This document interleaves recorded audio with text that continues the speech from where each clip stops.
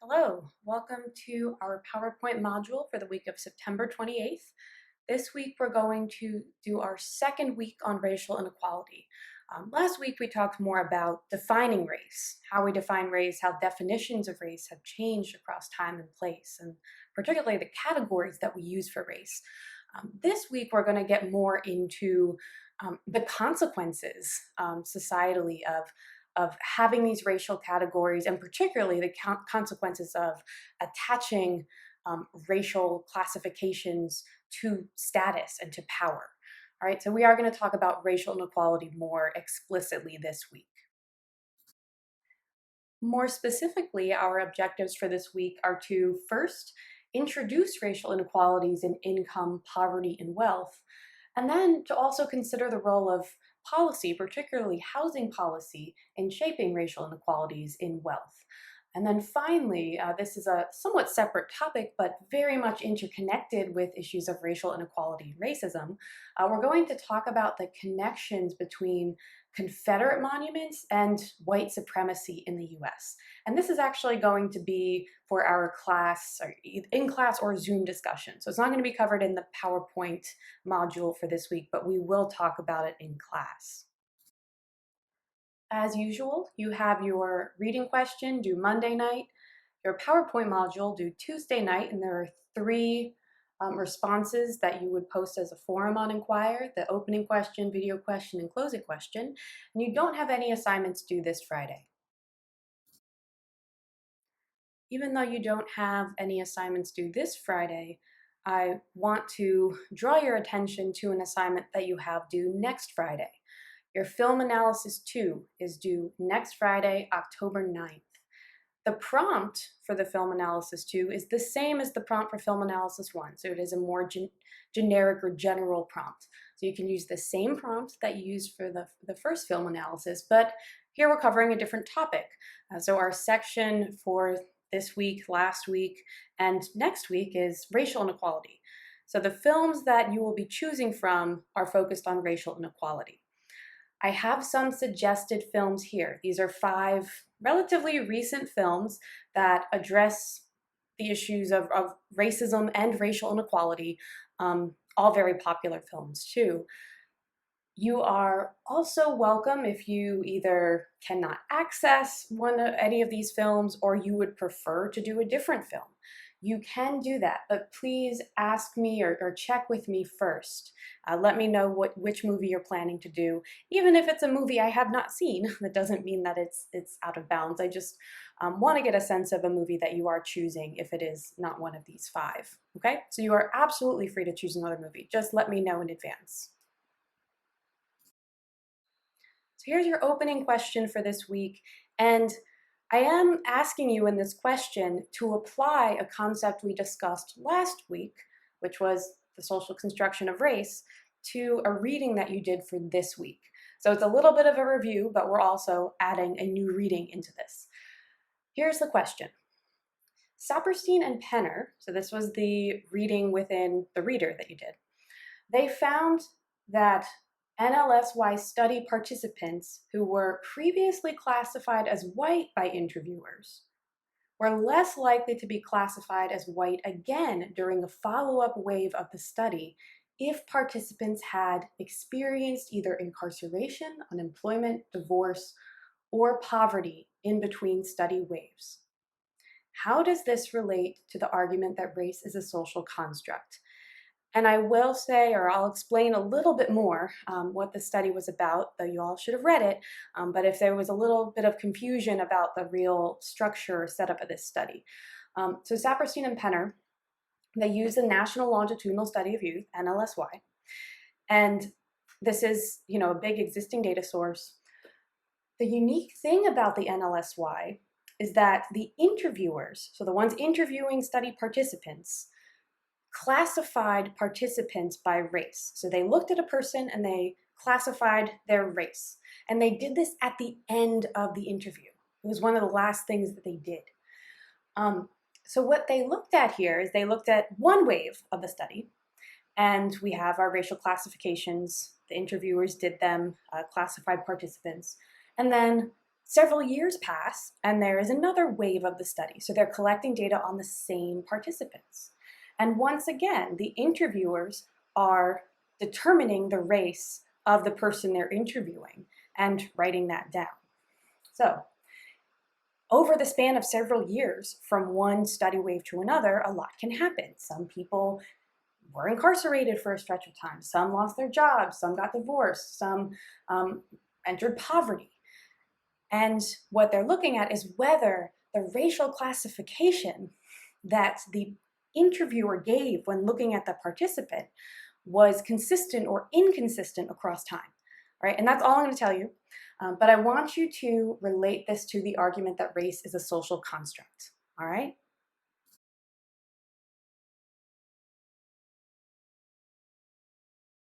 So let's start our discussion on racial inequality. And I'm going to be showing you several examples of economic inequality by race. So we're going to look at income, which is what you see right here, and then I also have slides on poverty and wealth. But if you look at the trends of the Black-white income gap since 1970, and this goes up to 2018, we see that for both Black and white people in the US, income has increased since 1970, as it should, but the gap between Black people and white people has held steady. It's continued since 1970 to today. All right, so we definitely see a significant income gap with white households, or actually I think it is households. White households making nearly $85,000 a year, and Black households making nearly $52,000. So that's a big gap. Here are poverty rates by race and ethnicity. And if we focus on the Black-white gap in poverty, and I will be focusing primarily on Black-white inequalities in this module, but if we look at the gap here, we see that in 2014, whites have a poverty rate of 10%. So 10% of white people in the US are in poverty in 2014. For Black households or Black families, we see that 26% of Black Americans are in poverty. This is a huge gap, even though it has narrowed across time. If we look from 1974 to 2014, it has narrowed some, but we still see a significant Black-white gap in poverty. And then finally, I want to show you the Black, white, and Latino gap in wealth. This is really going to be the focus of our module for this week. The racial wealth divide is huge. It is bigger than the income gap. It is bigger than the poverty gap. We see that white families have significantly more wealth, hundreds of thousands more in wealth compared to Black and Latino families. And this has grown across time. The wealth gap has increased. These may be slightly different estimates from what's in the Shapiro and colleagues reading that you did for this week, but regardless, we see substantial gaps in wealth by race and by ethnicity as well. So if we're focusing on wealth, and we can also consider income and poverty level here, but why do we see this huge racial wealth gap, specifically between Black households and white households? We see a huge difference in the US. And this is what the Shapiro and colleagues reading was about that you did for this week. Ultimately, they find that the biggest contributor to the wealth gap by race in the US is years of homeownership, right? And we'll talk about why homeownership is so important when also talking about wealth in the next few slides. But differences in years of homeownership is the single biggest contributor. Then we get to income, unemployment, education, and financial support and inheritance. Surprisingly, is not the biggest driver of the racial wealth gap. It is number of years of homeownership. Now, in order to set us up to talk about why number of years of homeownership is so important and why we see huge gaps in homeownership by race, I do want to have some introduction on racism. What do we mean by racism? And really point out the fact that racism is not limited to interpersonal interaction. I think when we think about racism, typically we think of interpersonal discrimination. So certain attitudes or behaviors that are held or enacted by individuals. And individual and interpersonal racism do continue to be significant social problems. I'm not minimizing that here. But focusing exclusively on individual level forms of racism doesn't give us the full picture of how racism operates to perpetuate racial inequalities. And this is going to connect us back to homeownership and inequalities in homeownership and ultimately wealth. But I do want to point out here that beyond individuals, we also have to think about racism as institutional, meaning that racism is embedded in explicit rules and informal norms within social institutions. And examples of social institutions are, for example, education, healthcare, the labor force, the criminal justice system. These are all examples of social institutions. And so we're going to discuss a few examples of how institutional racism shapes racial inequalities in the remainder of this module and in our class. At the broadest level, we can also think of racism as systemic, meaning that institutions are interactively shaping racial inequalities. For example, we might see institutional, and we do see institutional racism within the criminal justice system, and this has led to the higher incarceration rate of Black men in the US. And then having that criminal record leads to exclusion and discrimination within the labor force. All right, so we see two institutions interacting with one another here, the criminal justice system and the labor force. I do want to acknowledge that this is a rather simplistic diagram. In reality, we know different levels of racism or different levels of society mutually influence and reinforce one another. But really the point I want to get across in this module and in our talks in class is that racism goes beyond the actions of individuals. It is built into our institutions. So education, healthcare, for example. It's built into laws and policies. It's built into norms and practices. And these are maybe not explicitly written into law, but nonetheless shape racial inequalities. All right, so this is going to set us up for talking about racism within the labor force, but also racism in the housing market as well. All right, so now that I've given you an introduction of the extent of racial inequality in income, wealth, poverty, and also introduced you to racism as a multi-level concept, which probably isn't entirely new for folks who have taken sociology courses, but really is important for setting us up here in our discussion. So now that you have those two pieces of information, I want you to watch a video called "Why Are US Cities Still So Segregated?" and then answer this video question on Inquire. What role did institutional racism play in the development and perpetuation of Black-white housing disparities? All right, so this is going to bring us back to that idea of homeownership as a contributor to the wealth gap. So watch the video, respond to the question, and then come back here for the rest.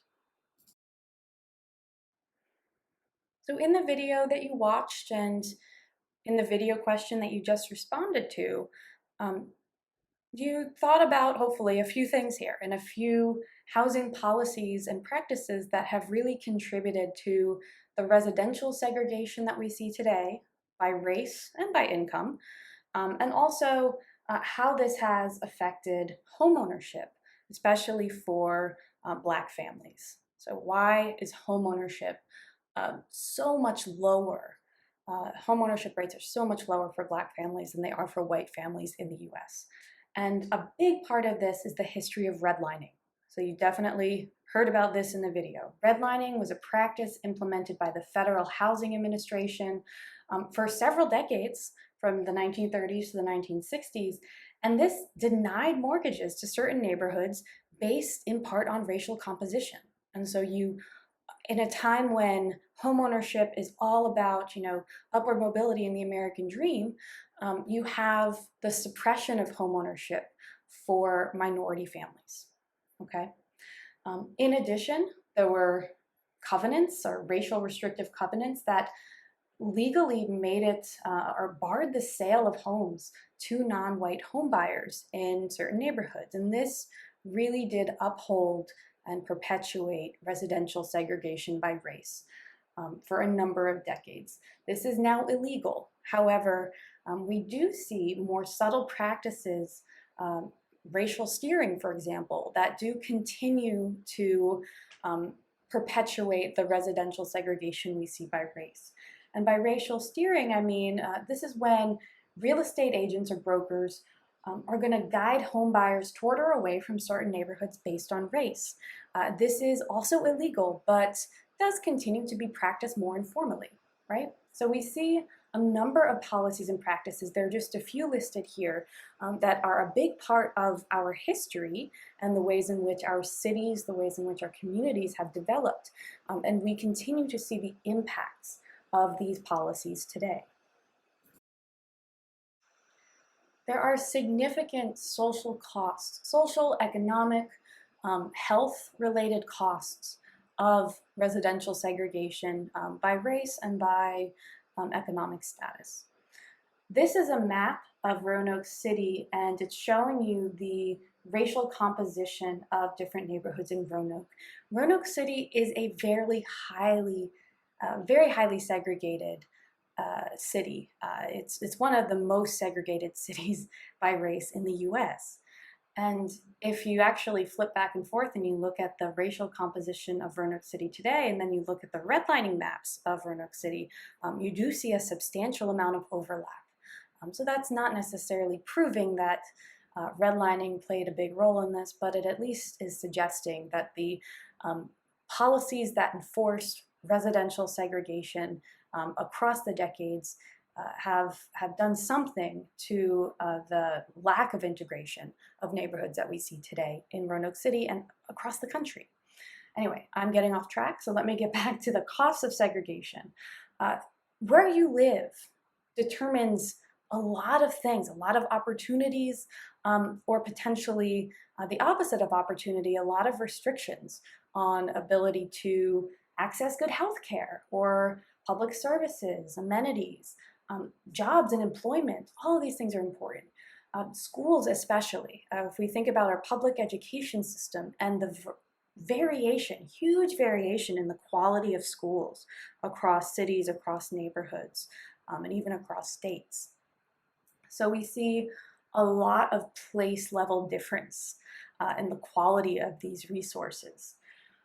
There's also greater exposure to environmental health hazards within non-white neighborhoods. And this really is not an accident. This is environmental racism. It is also more challenging for non-white families to accumulate wealth through real estate appreciation because home values are kept down and continue to be kept down in neighborhoods that aren't invested in as much. And so if you have high residential segregation by race and you have a lack of investment in Black neighborhoods, for example, or neighborhoods that are predominantly Black families, this is going to keep home values down because these neighborhoods are not being invested in, because there are not as many social services, or the neighborhoods are not being kept up, because a lot of social resources, a lot of resources within different communities are based on taxes, right? Finally, we do see the perpetuation of prejudice, stereotypes, and racial tension because there is a lack of meaningful contact and interaction between groups. And with highly segregated neighborhoods, we see those stereotypes continue to exist. Here's your closing question. So we're already up to the closing question for this module. I want you to go back to the Shapiro reading, which was talking about the roots of the widening racial wealth gap, and list and briefly describe two broad public policy or institutional changes that Shapiro and colleagues proposed to reduce the racial wealth gap. And this is, I'll make it as clear as possible, on page 6 of the reading. So list two of these policy or institutional changes they propose.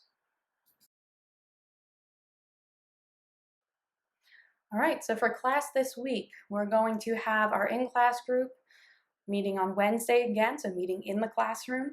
You know who you are. And our Zoom group is going to meet on Friday during our regular class time. So just like what we did last week. We are going to discuss something a little bit different from what's in the module. So we're going to talk about Confederate monuments, the history of Confederate monuments, as well as other things that were happening at the same time that a lot of monuments were being erected. And then finally, we're going to talk about connections to white supremacy.